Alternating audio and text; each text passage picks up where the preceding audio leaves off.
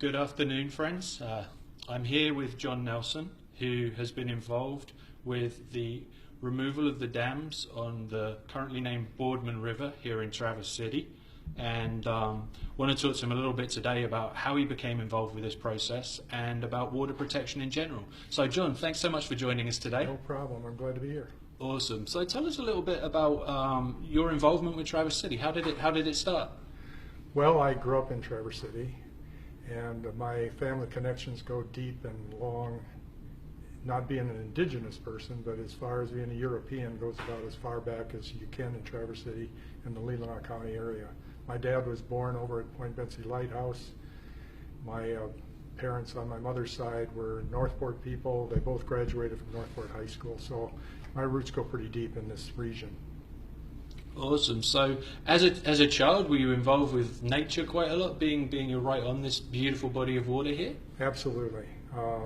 My memories of my childhood in this region are extraordinary. It's just a fantastic place to grow up. You're in one of the most beautiful places in the world. There's many beautiful places. I've lived in Maine for 30 years, beautiful there, but I've always thought that the Leelanau County Grand Traverse region is one of the most beautiful places in the world.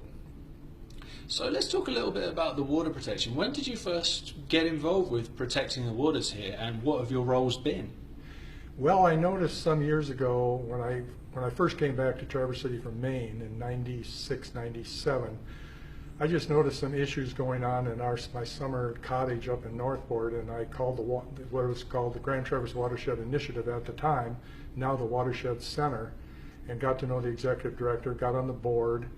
We had some strategic planning going on, and I suggested that we join the Waterkeeper Alliance, which is an alliance of water keepers all over the world. And we interviewed with them and became a keeper ourselves here. No one raised their hand no one raised their hand fast enough, so they said, why don't you become the keeper?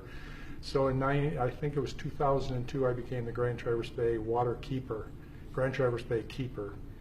And the job of the water keeper is to be the voice, the ears, and for the bay. Basically, the voice of keeping the water clean. The Watershed Center's mission is to advocate for clean water in Grand Traverse Bay and its watershed, keeping it drinkable, swimmable, and fishable.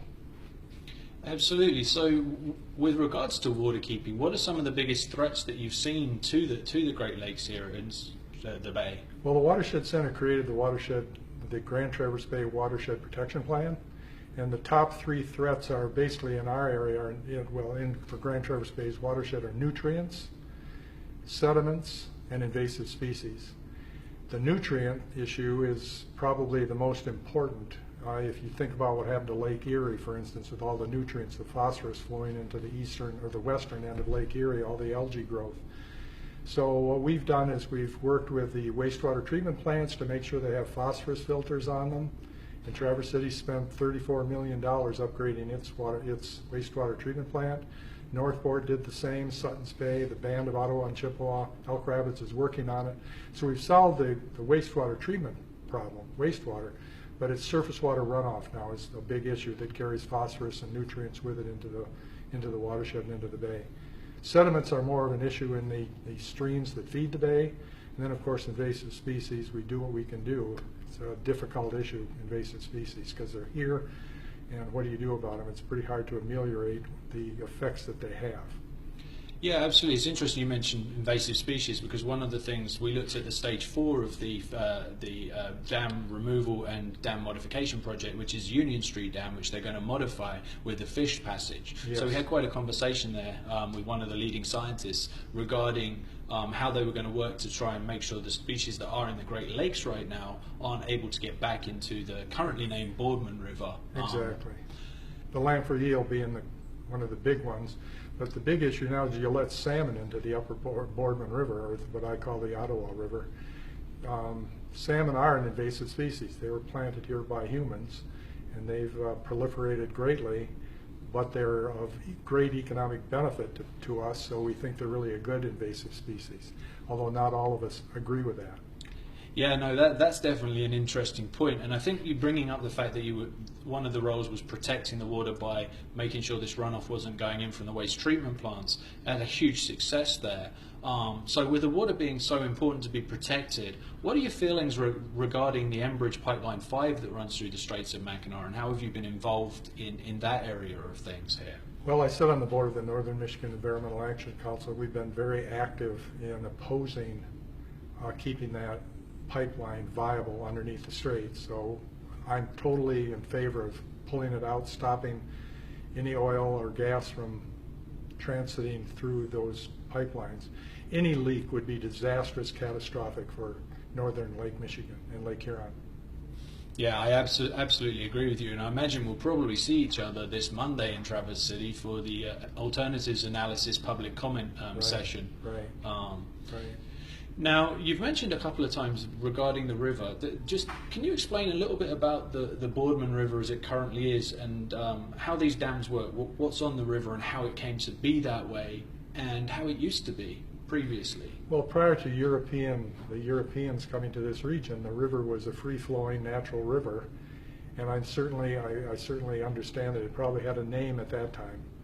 So then the Europeans arrived and saw the river as a natural resource to exploit economically. Now, I'm not saying that's bad or good, it's just that's the way things were. And so we used it to transport timber down to the mills in Traverse City. Then we put 4 dams on it to create energy and power. And so the river was exploited and changed into other than a natural flowing free river. And so I've been involved with the Watershed Center in making sure when the dams are removed, the 4 dams are removed, that we make sure that the land that's exposed then becomes revegetated properly, so we don't have a lot of runoff. So the Watershed Center's produced a number of grants in the $500,000 to $1 million grants to make sure that we revegetate those bottomlands. Absolutely, and we've seen how quickly, in fact, with the Brown Bridge, which was removed, I believe, in 2012. Yes.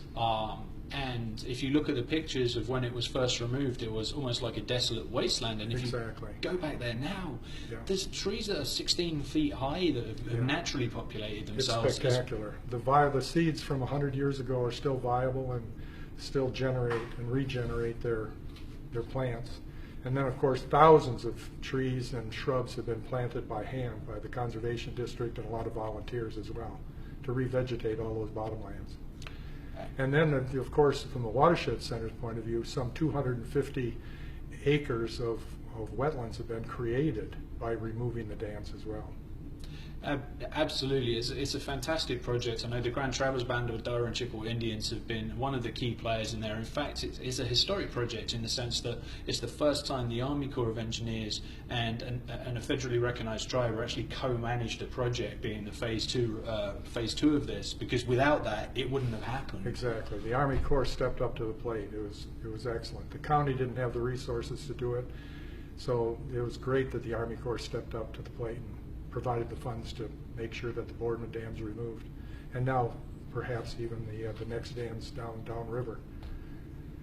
Yeah, absolutely. I mean, surely we're actually going to go into the next implementation meeting so people can see kind of the whole range of people that are involved in this process. So once the dams are removed, one of the things that I've heard you speak about, and I've heard a lot of other people speak about it as well, is the Boardman River was a colonizer name. It was the river ended up being named after the very person who was a key player in, at that time, destroying millions of white pines in this area and taking what was a beautiful cold stream and ending up making it into a less viable habitat.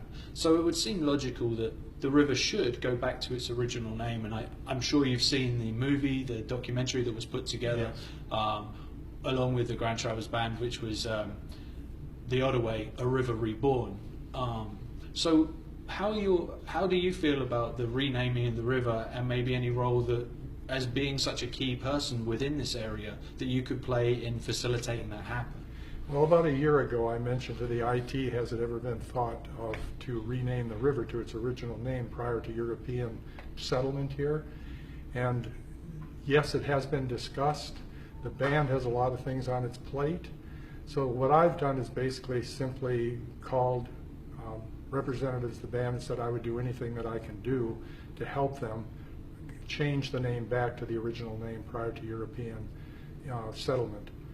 I'm not going to do anything that would step on any toes of the Ottawa and Chippewa, band of Ottawa and Chippewa. It's up to them and I'm more than willing to do it. I think it has to be an organic effort from the bottom up, because the USGS that has the committee to change the official name is a short form, but it's very complicated. If anybody's against it, they probably wouldn't change the name. So my idea is to get support through resolutions from nonprofit groups that might have an interest in the river, like Trouts Unlimited, the Watershed Center, the Northern Michigan Environmental Action Council, get their support. Having their support in hand, then go to the jurisdictions like the county, the city, et cetera, and get their support, and then with all that support, then go to the USGS and say, let's change the name back to the original name. No, absolutely. I think that's fantastic, and I think actually social media can play a big role in that these days as well, by putting that out there and garnering support that way, setting up those kind of pages for people to look at and see why. Because a lot of times people don't realise the great work that's being done, and they don't see the significance of marking that with changing the name of the river. I don't know if the right word is irony or not, but it seems ironic to me that we're going to have the river reborn, if you will, to its natural flowing beauty, and still carry the name of European exploitation of Mr. Boardman. Absolutely, I'd completely agree with you. Now, before we draw this to a close, I'm sure you've seen all over the world there are people these days who are standing up and protecting the water in many ways. What kind of message do you have for people at home, maybe some of the younger generation who are sat on the fence and haven't quite got involved yet? What would you say the importance of people stepping up and doing something in their local community to make a difference is to you? Well, we get so frustrated with what's going on nationally and worldwide, and you wonder, what can you do? Well, what you can do is act locally. And for instance, the Waterkeeper and the Waterkeeper Alliance are people working locally for their own watershed to make things happen, to protect, to advocate for the water. One of the keepers one time said to me, you know, what I do every time I advocate for something that's not being done correctly in my watershed, I go to the water and I listen to what the water says to me, at least spiritually, and then I go out and I'm the voice for that water, because the water can't speak. Whether it be a bay keeper, a river keeper, an estuary keeper, you can act locally and create a lot, and cumulatively then create a lot of good for water. Absolutely. And what about some of these main threats that we're seeing these days that are the threats to the water, the things like the pipelines, the mines, and the fracking operations? What are your feelings on those as to why right now they're being accelerated at a time that logically they should be being decreased through, because they're a contributor to global warming, which we've looked at with the climate change, and we're coming towards a tipping point. What's the driver that's making it accelerate in the wrong direction as I see it right now? Elections mean something. Elections have consequences, and we've elected groups of people that see exploitation of the natural resources as the natural way to go, and instead of protecting the natural resources, exploit them even more. So it really comes down to money, and big money, and elections have consequences. So I think we have to be very careful about those people in our country, where we do have a working democracy, on who do we elect, because the elected people make appointments of very powerful positions that have a great effect on our natural resources. No, absolutely. I'd completely agree with you. And again, we just encourage people who are watching this, one, to share it and just to talk about it, because simply by having these conversations, it starts to draw some awareness. Yeah, run for office. And if you can't get elected, then work to get those elected people to appoint you to a planning board, to a road commission, to whatever. Get involved, because in our country, a working democracy means people getting involved. Absolutely, and you were with the road commission. I was on the road commission for 6 years, on the planning commission for 15, and still am on the board of the Watershed Center and involved in the county planning commission as we speak.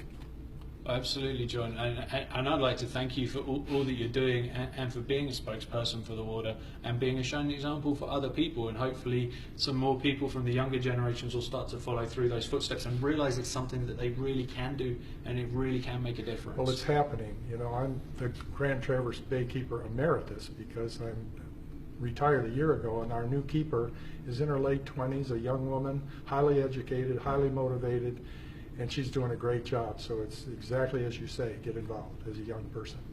Well, thank you so much for joining us today, You're welcome. John. Take care. You're welcome.